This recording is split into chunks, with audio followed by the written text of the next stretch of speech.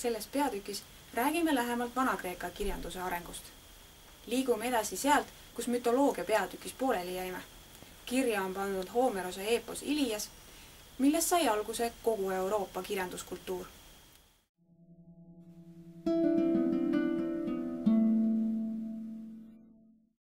Antiikkirjandus, mille alla kuuluvad Vana-Kreeka ja Vana-Rooma kirjandused, on loodud ajavahemikul 8. sajandist enne Kristust kuni 5. sajandini pärast Kristust.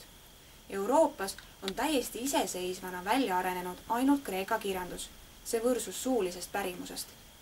Rooma kirjandus, mis tekkis hiljem 3. sajandil enne Kristust, võttis oma eeskujuks just varasema Kreeka kirjandusloo.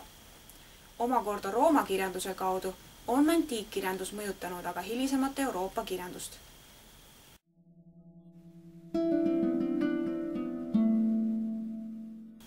Žanride tekke alusel saab Kreeka klassikalise kirjandusloo jagada 4 perioodiks.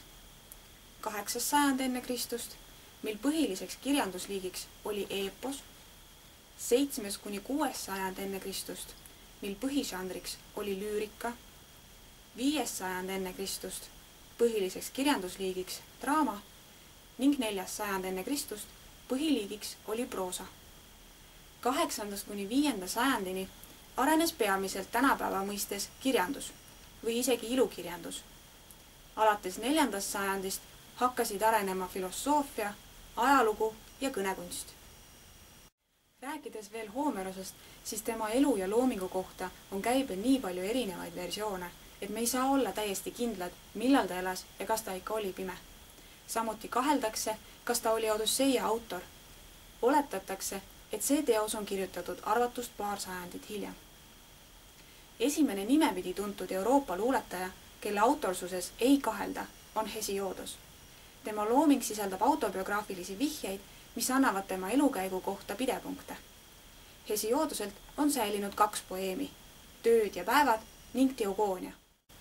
Tööd ja päevad on õpetlik ehk didaktiline teos, milles sai Kreeka põlluharija jaoks elutarkuse kogumik.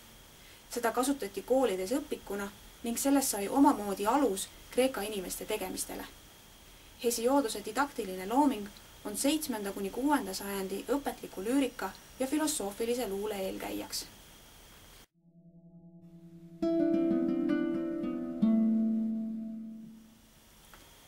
Seitsmes ja 6. sajand olid Vana-Kreeka kultuuri tõusuperioodiks. Luules kerkis esile uus temaatika, mis ei mahtunud enam mütoloogilistest kangelastest pajatava jutustuse raamidesse. Luulelt hakati nõudma kaasaja sündmustele reageerimist ja inimese sisemaailma kajastust. Juhtivaks kirjandusžanriks sai lüürika. Lüürika mõiste tähistab laulude algset esitamisviisi, lüüra saatel. Tekstile ja muusikale lisandus algselt ka tantsuline liikumine. Järk-järgult muutus luule ja muusika seos nõrgemaks ning katkes mõnikord täielikult. Nii kujunesid välja 3 lüürika vormi, eleegia, jamb ja meelika.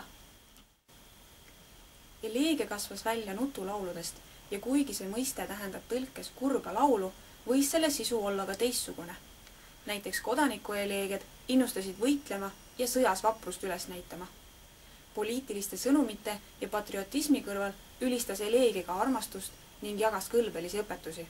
Samuti esitati eleegia kujul filosoofilisi mõtisklusi. Sõdalaste ergutamise kõrval oli ka vaenlase alandamine Vana-Kreekas oluliseks oskuseks. Pilkelauludest kasvas välja satiiriline jamb, mille loojaks peetakse sõjameest ja luuletajat Archiloohost. Jamb on deklameeritav lüürikaliik ning seega täielikult eraldunud rituaalsest koorist. Suuremalt jaolt oli 7. ja 6. sajandi lüürika seotud siiski veel muusikalise saatega. Meloodilise saatega lüürika ehk meelika jaguneb 2, koori ja monoodiliseks meelikaks. Koorilüürikat kandis ette koor, kes ühtaegu laulis ja tantsis. Kooris esitatud laul väljendas terve inimrühma meeleolusid ja oli seotud mõne ühiskondlikult tähtsa sündmuse, pidustuse või rituaaliga. Siin saab tuua paralleeli Eesti laulupidudega, kus ka meie koos ühises meeleolus pidutseme. Vana-Kreeka koorilüürika alaliikideks olid hümn ehk ülistuslaul Jumalaile, ood ehk pidulik ülistuslaul ja epiniikon, laul teatud isikute näiteks olümpiamängude võitjate auks. Viimaste epiniikonite tuntum esindaja oli Pindaros, kes ülistas spordivõistluste võitjaid, keda peeti jumalate poolt ära valituks. Monoodiline ehk soololaululine meelika kõneles peamiselt armastusest ja elurõõmudest. Kreeklaste varajane lembeluule on seotud Lesbose saarega. 7. sajandi teisel poolel enne Kristust sündisid sel saarel Alkaios ja Sapo. Alkaios kirjutas peamiselt armastus- ja võitlusluulet, ka hümne.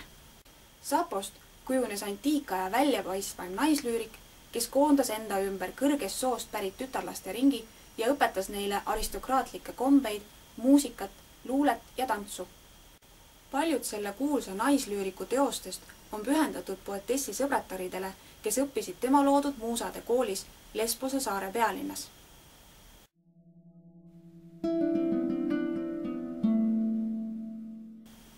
Viiendal sajandil enne Kristust saavutas Kreeka ühiskond oma suurima majandusliku, poliitilise ja kultuurilise õitsengu.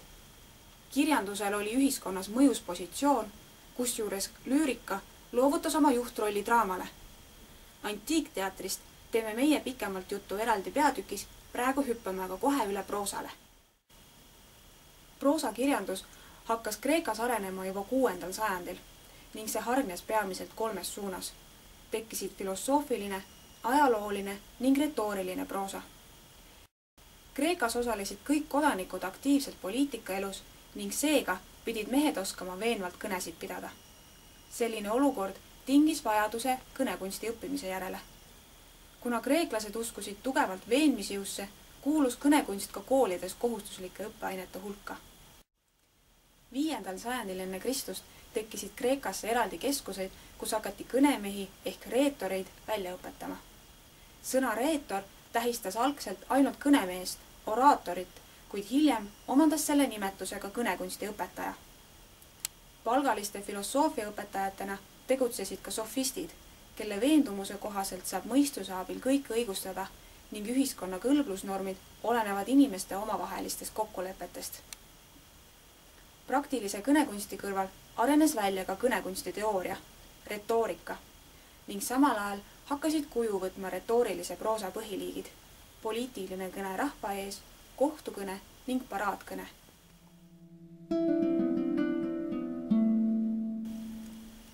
Kõnekunst jõudis oma arengu haripunkti 4. sajandil enne Kristust, mil suurimaks oraatoriks oli Demosteenes. Demosteenes saavutas kuulsuse tänu oma võimsatele poliitilistele kõnedele, milles oli ühendatud meisterlikkus ja võitleja leegitsev paatos. Ta kõneles karmi stiili, kirgliku veendumuse ja argumenteeritud jõulisusega.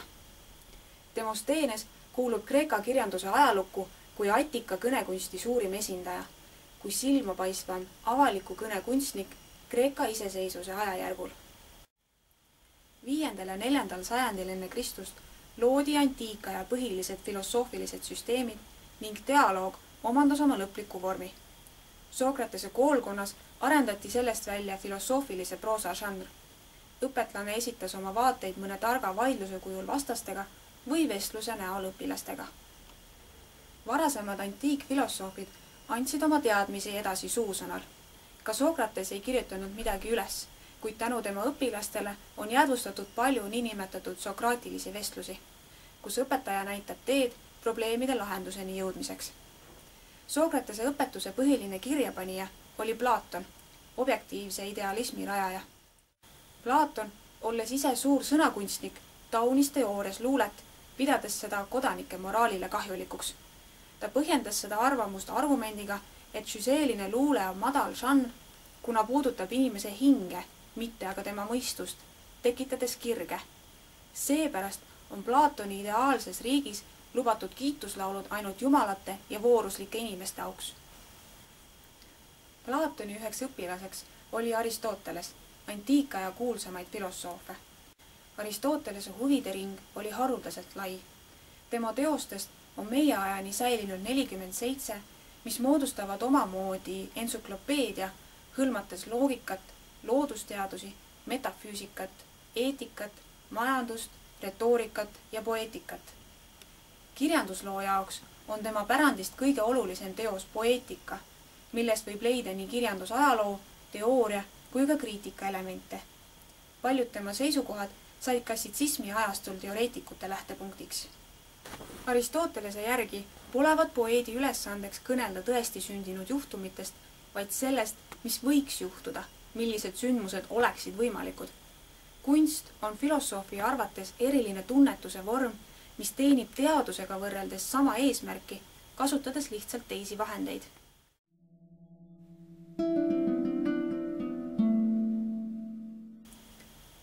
Aastaid vahemikus 323 kuni 30 enne Kristust nimetatakse hellenismi ajajärguks.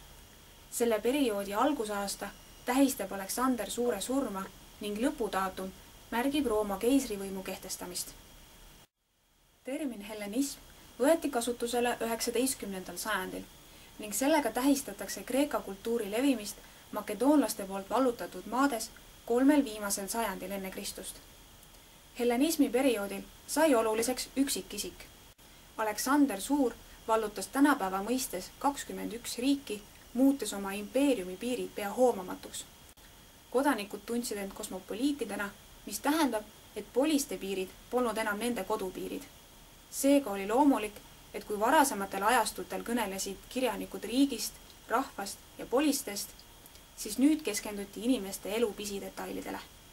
Luule tõusis taas olulisimaks kirjandusliigiks, kuid sellel oli nüüdsest peamiselt meelelahutuslik funktsioon. Ka teatris eelistati näha komöödiaid ja argielu temaatikat. Ateena ei etendanud enam riigis silmapaistvat poliitilist rolli ning püsis veel vaid kultuurikeskusena, filosoofide ja kunstnike linnana. Hellenismi perioodil nihkus Vahemere kultuurikeskus üle Roomasse.